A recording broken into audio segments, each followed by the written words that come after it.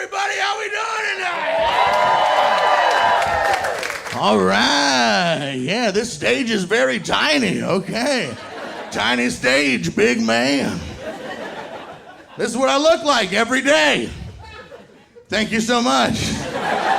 It's good for comedy, right? Like when I walked up, everyone's like, this will be something. Something will happen while he's up there. For regular life, not so great. Like, I can't be incognito. Like, they're gonna remember me. I can't be an asshole to anybody. I'll show back up the next time. They're like, hey man, weren't you the guy who was like really rude to everybody here? And I'm like, no. And they're like, oh, so it was another guy who looks like Hagrid decided to become a house DJ? It was a different guy. It's a different dude. Like, I can't commit crime. They'll come over the APB line, they'll be like, yeah, we got a white male, kind of looks like one member of LMFAO ate the other member of LMFAO. Yeah, we got him. He should have used a car. He's down the street. He's winded. He's tired. I like flying. I like it.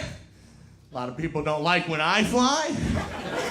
A lot of not smiling faces when I board the airplane. I don't give a shit. I love it. Now, when I board last. No matter what. I wait till they're about to close that boarding door and I'm like, no, friends. 1.5 more. And then I storm onto that airplane like I'm a bad guy wrestler from the WWE. I just come around that corner like,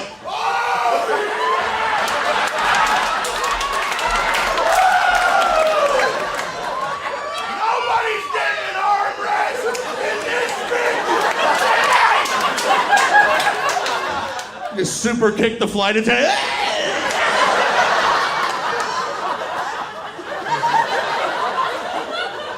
I'm the captain now.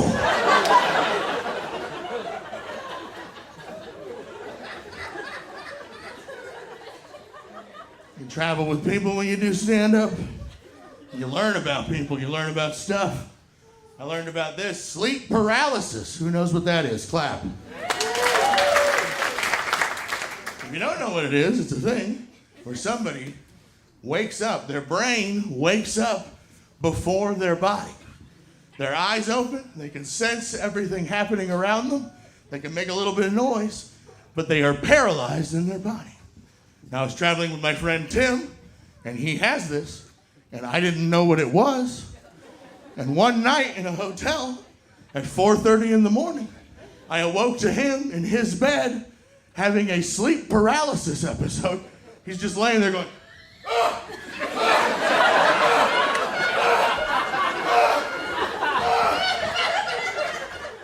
And I just got all my shit and left. I've seen this movie before. The demon has Tim. And I need to get out of here before it decides it wants something more delicious. I just went to Denny's, that's what I do. The demon never follows them to Denny's.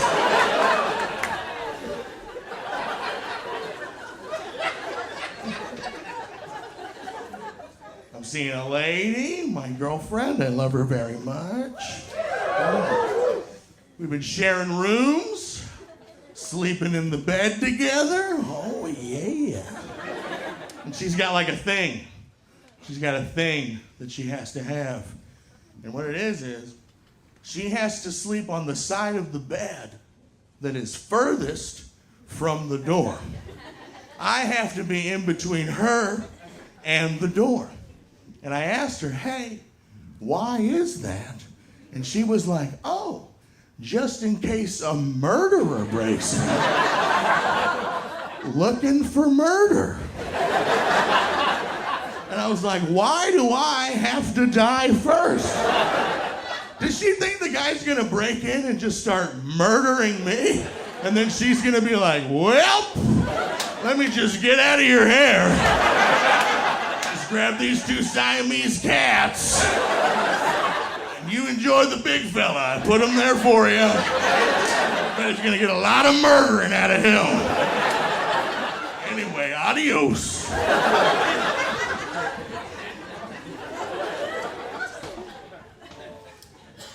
was walking out of a house party, and my buddy stopped me at the front door of the house party and went, "Hey man, eat this edible."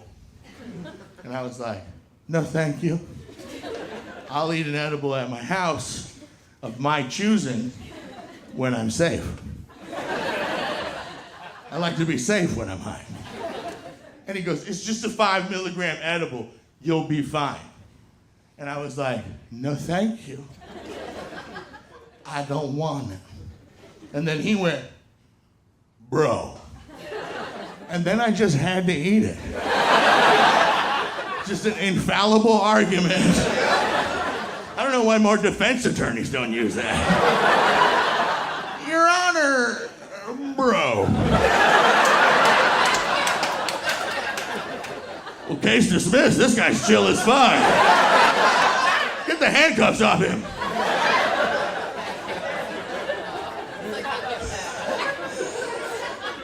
So I eat it to appease him. I eat it.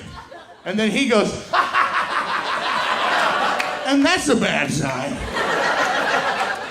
Whenever someone offers you something to eat and then you eat it and then they laugh at you like a maniac, things probably aren't going to work out for you. He goes, "Actually, it was 150 milligram edible." Why? I was like, "Why did you do that to me?" He was like, "I didn't want you to leave the party." I'm like, "So you poisoned me in order to kidnap me? That's 2 felonies in a row, playboy. I'm about to call an Amber Alert out on myself."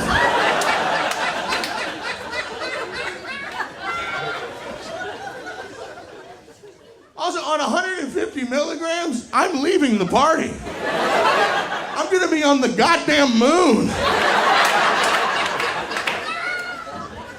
When I'm that high, I just become a non-player character. I'm no longer the main character of this story. I'm just trying to stand out of everybody's way. Just leaned up against the wall trying to survive. It's not naked and afraid. It's high and alone. I don't know anyone at this house party except for my buddy, so that's it. I only know my assailant. And here's the thing, I gotta look. People wanna come talk to me. They'll walk up, "Hey man, how's it going?"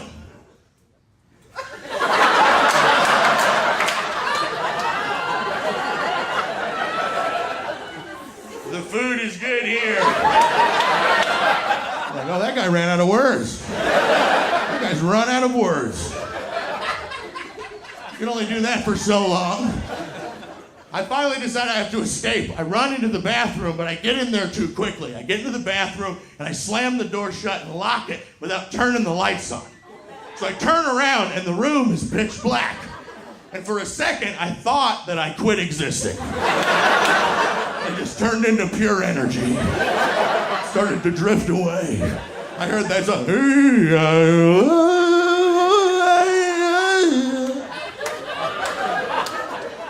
"Coming home, Daddy."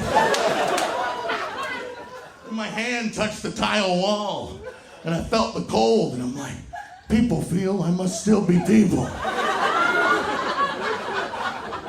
So now I'm looking for the light switches, and I find them, and there's 4. That's too many. I'm like, I can't do all of them, it might kill me.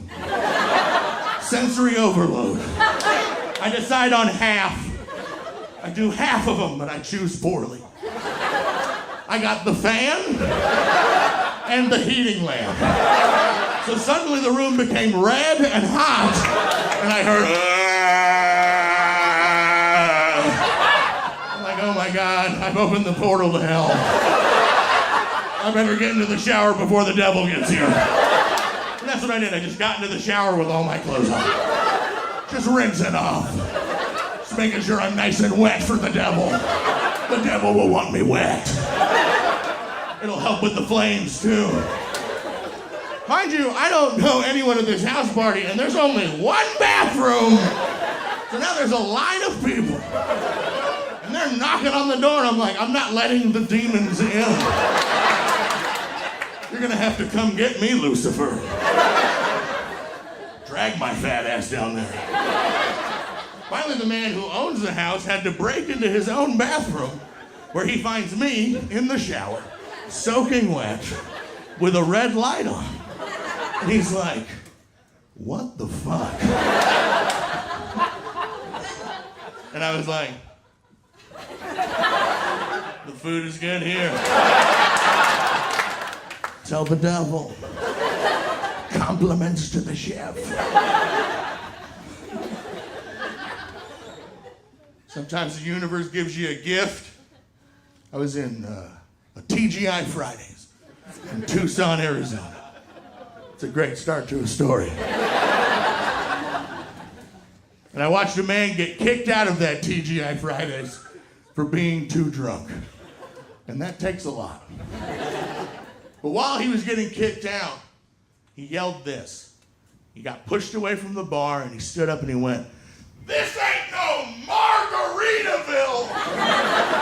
And I laughed so hard, pasta shot out of my nose. That's the funniest thing you can yell when being kicked out of a Fridays. This ain't no Margarita! He was fighting it. He would not leave. They had to call the cops on this guy. The police show up to remove him.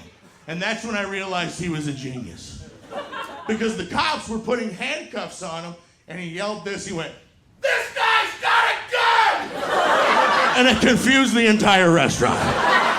Everyone was like, why does someone have a gun in here? That doesn't make any sense. Even the cop was like, I have one, but I'm supposed to have it. This is my gun, it's my gun. I got the badge and everything.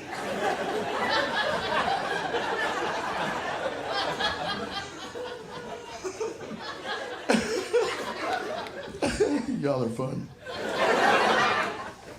I like drinking. Anybody else drinking? I quit drinking tequila. No more tequila for me. Yeah. It transforms me. It's not good for me.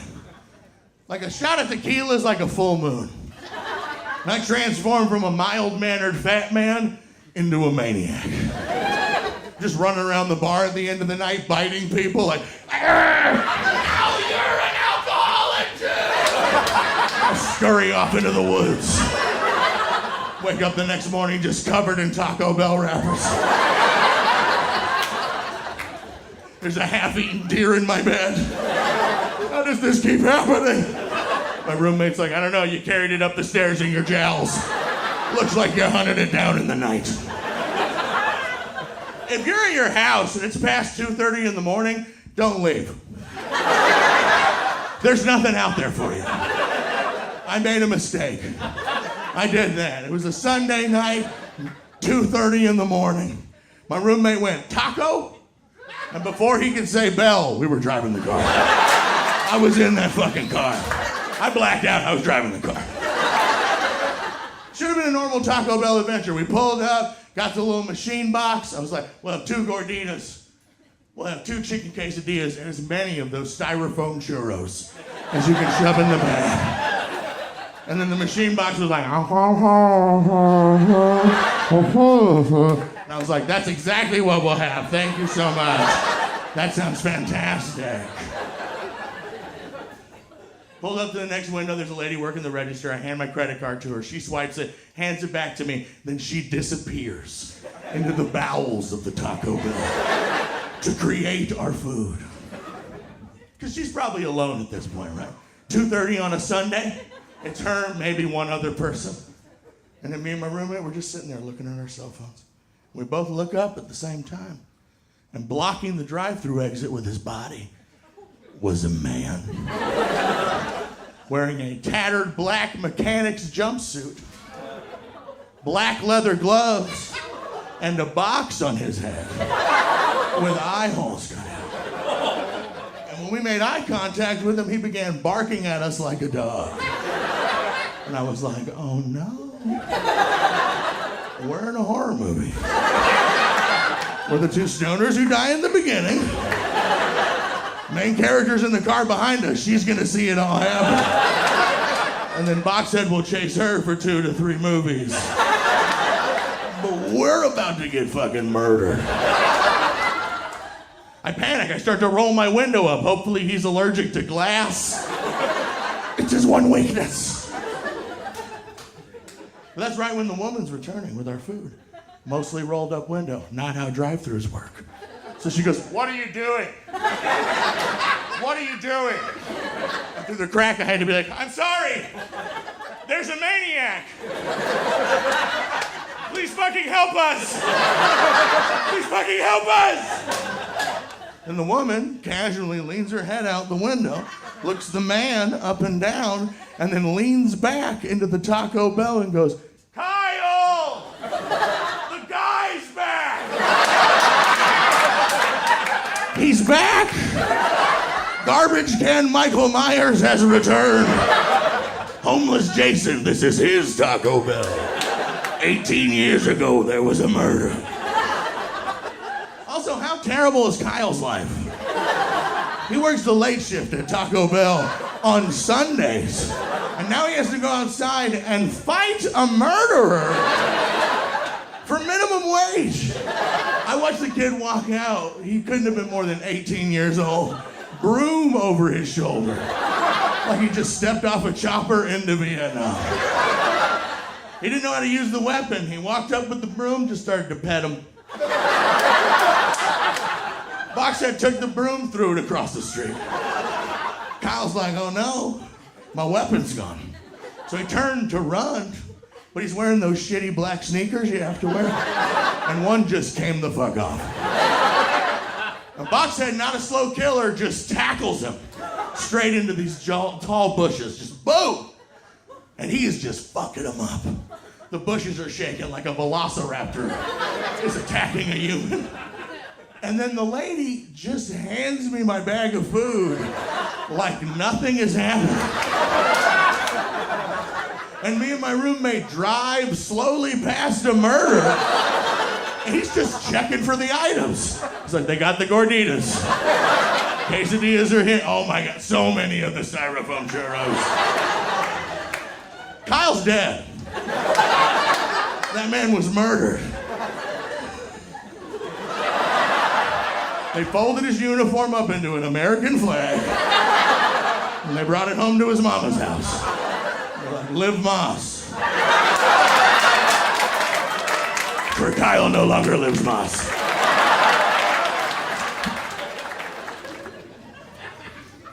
Go after this, I did drugs during the pandemic. Anybody else drugs during the pandemic? My buddies hit me up, and they were like, "Dude, we have to do mushrooms before the world ends. We have to. We gotta do them. We've never done mushrooms before. Can you get us mushrooms?" And I was like, "Do you guys have any idea how much mushrooms cost?" And they were like, "No." And I was like, "Of course I can get you mushrooms. I'm your fucking guy. It's $1,000 a gram.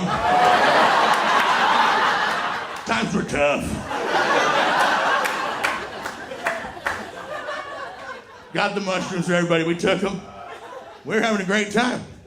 My one buddy started to freak out. And I could tell. He was just staring at a blank white wall for too long. And I was like, "Hey, buddy, you okay?" He turned around, he had tears in his eyes. And he was like, "This painting is making me feel sad." And I was like, "Ruh-roh. We're in trouble." He's like, "I feel different. I feel different on the inside. I'm not sure if I'm gonna be okay. Am I gonna be okay?" And I was like, "Bud, you're in a room full of people who care about you. Just have a sip of water. Everything's gonna be fine. You're gonna be fine." But what I actually said was, "Run! They're already here! Run!" Fuck that guy. He gave me a 150 milligram edible at a house party one time. Payback's a bitch. And an elephant never forgets. Thank you guys so much. I've been JC.